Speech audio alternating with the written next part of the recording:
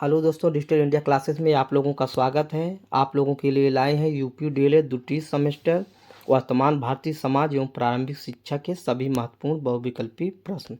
आज का पहला प्रश्न है, भारत में ब्रिटिश ईस्ट इंडिया कंपनी का प्रवेश कब हुआ? इसका करेक्ट आंसर है ऑप्शन ए 1600 ईस्वी। अगला प्रश्न है, नीचे की ओर निस्यंदन सिद्धांत के प्रतिपादक? इसका करेक्ट आंसर है ऑप्शन डी लॉर्ड मैकाले। अगला प्रश्न है, विश्वविद्यालय अनुदान आयोग की स्थापना कब हुई? इसका करेक्ट आंसर है ऑप्शन ए 1953। अगला प्रश्न है, माध्यमिक शिक्षा आयोग के अध्यक्ष कौन थे? इसका करेक्ट आंसर है option D doctor L S. Mudaliar, doctor Lakshmanaswami Mudaliar. अगला प्रश्न है, जिला शिक्षा एवं प्रशिक्षण परिषद की स्थापना कब हुई? इसका करेक्ट आंसर है ऑप्शन बी 1987। अगला प्रश्न है, इंदिरा गांधी राष्ट्रीय मुक्त विश्वविद्यालय की स्थापना कब हुई? इसका करेक्ट आंसर है ऑप्शन डी 1986। अगला प्रश्न है, किस शिक्षा प्रणाली में महिलाओं की शिक्षा को पुरुषों की तुलना में कम अहमियत दी गई? बौद्धिक शिक्षा, ब्रिटिश शिक्षा, वैदिक शिक्षा, उपयुक्त सभी? इसका करेक्ट आंसर है उपयुक्त सभी। अगला प्रश्न है, बुनियादी शिक्षा का प्रत्यय दिया गया था? इसका करेक्ट आंसर है ऑप्शन बी महात्मा गांधी। अगला प्रश्न है, बहुउद्देशीय विद्यालय किसके द्वारा प्रस्तुत किए गए? इसका करेक्ट आंसर है ऑप्शन सी मुदालियर आयोग द्वारा। अगला प्रश्न है, एनसीईआरटी की स्थापना कब हुई? इसका करेक्ट आंसर है ऑप्शन बी 1961। अगला प्रश्न है, एससीईआरटी की स्थापना कब हुई? इसका करेक्ट आंसर ऑप्शन डी 1981।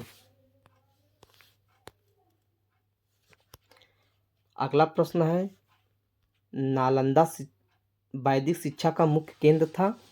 इसका करेक्ट आंसर है ऑप्शन डी तक्षशिला। अगला प्रश्न है, संविधान की समवर्ती सूची में शिक्षा को स्थान मिला? इसका करेक्ट आंसर है ऑप्शन डी 1976 में। अगला प्रश्न है, डीपीईपी का पूर्ण रूप है? इसका करेक्ट आंसर है ऑप्शन ए जिला प्राथमिक शिक्षा कार्यक्रम। अगला प्रश्न है, राष्ट्रीय शिक्षा नीति 1986 में संशोधन किस वर्ष हुआ? इसका करेक्ट आंसर है ऑप्शन सी 1996। अगला प्रश्न है, राष्ट्रीय एकता कमेटी की अध्यक्षता की थी? इसका करेक्ट आंसर है ऑप्शन डी डॉक्टर संपूर्णानंद ने। अगला प्रश्न है, निस्पंदन सिद्धांत में किस वर्ग की शिक्षा पर बल दिया गया?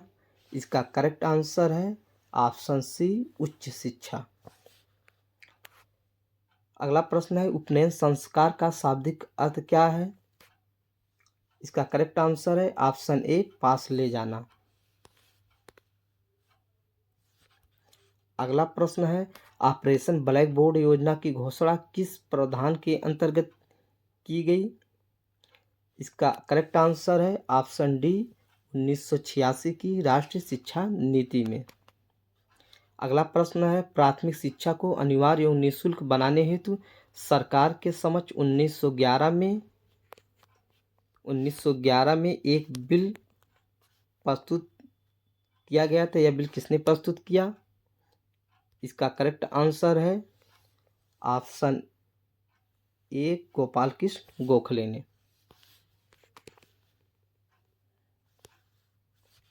अगला प्रश्न है, वर्धा योजना के जन्मदाता? इसका करेक्ट आंसर है ऑप्शन बी महात्मा गांधी।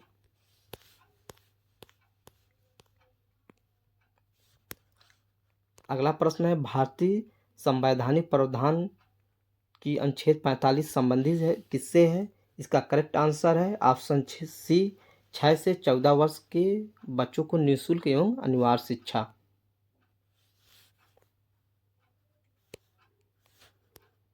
अगला प्रश्न है, विश्वविद्यालय शिक्षा आयोग के अध्यक्ष कौन थे? इसका करेक्ट आंसर है option A doctor Radha Krishnan. अगला प्रश्न है राधा कृष्णन कमीशन संबंधित था। इसका करेक्ट आंसर है ऑप्शन ए उच्च शिक्षा से।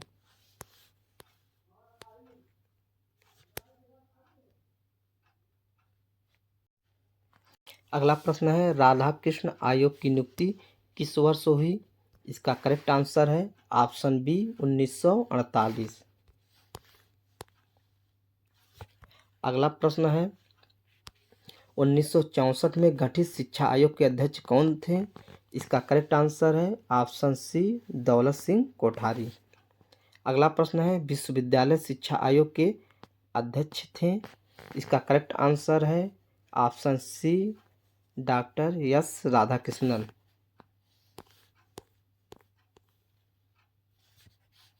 अगला प्रश्न है निःशुल्क और अनिवार्य शिक्षा का प्रावधान संविधान की किस धारा में हुआ।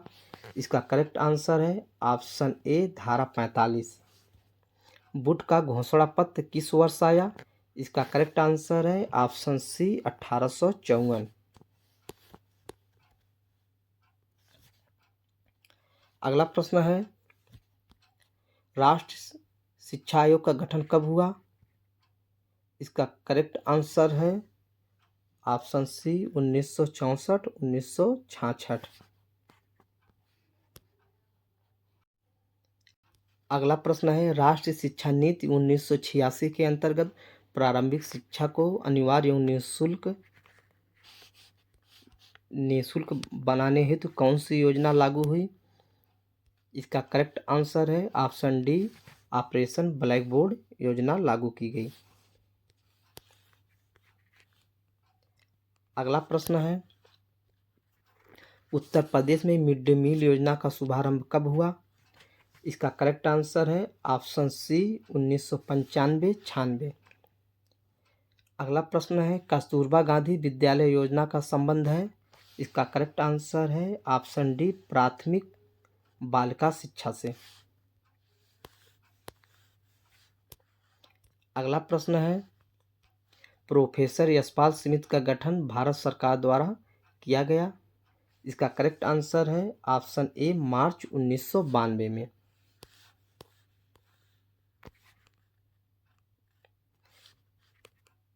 अगला प्रश्न है बहुत से व्यक्तियों की अपेक्षा थोड़े से व्यक्तियों को बहुत सा ज्ञान देना अच्छा है, यह कथन किसका है।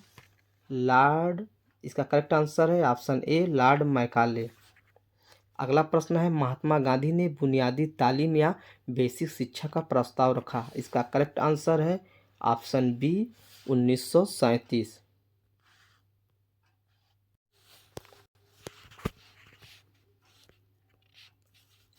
अगला प्रश्न है गोखले विधेयक प्रस्तुत किया गया था। इसका करेक्ट आंसर है ऑप्शन ए 16 मार्च 1911 को।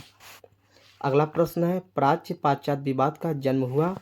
इसका करेक्ट आंसर है ऑप्शन बी 1813 के आज्ञा पत्र से। अगला प्रश्न है उत्तर प्रदेश के समस्त जिलों में स्कूल चलो अभियान की शुरुआत कब हुई। इसका करेक्ट आंसर है ऑप्शन डी 2004।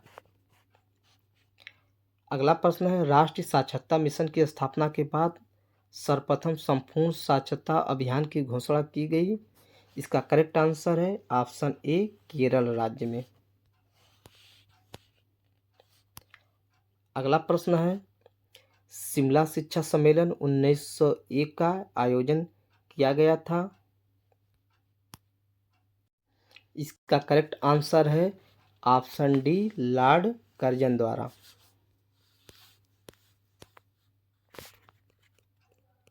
अगला प्रश्न है राष्ट्रीय महिला शिक्षा समिति 1958 की अध्यक्ष थी।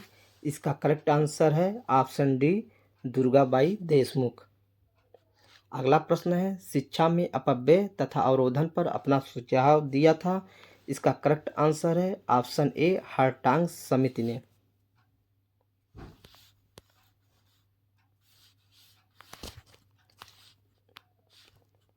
अगला प्रश्न है हंटर कमीशन कहते हैं।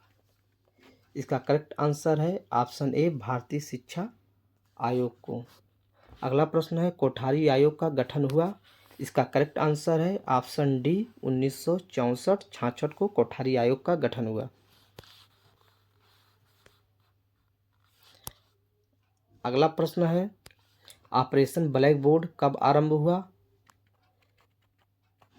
इसका करेक्ट आंसर है ऑप्शन सी 1987-1988। अगला प्रश्न है शिक्षा को संविधान की किस अनुसूची में रखा गया। इसका करेक्ट आंसर है ऑप्शन सी शिक्षा को समवर्ती सूची में रखा गया है। अगला प्रश्न है निस्यंदन या छनाई सिद्धांत के प्रतिपादक हैं लॉर्ड मैकाले। Option A. अगला प्रश्न है एमिड पुस्तक के लेखक हैं। इसका करेक्ट आंसर है ऑप्शन सी रूसो। अगला प्रश्न है मुगल काल में उच्च शिक्षा के केंद्र थे। इसका करेक्ट ऑप्शन है ऑप्शन बी मदरसे। अगला प्रश्न है दिवा स्वप्न पुस्तक के लेखक हैं। इसका करेक्ट आंसर है ऑप्शन ए गीजूबाई बधेका। अगला प्रश्न है महिला समाख्या योजना कब लागू हुई। इसका करेक्ट आंसर है ऑप्शन सी 1989।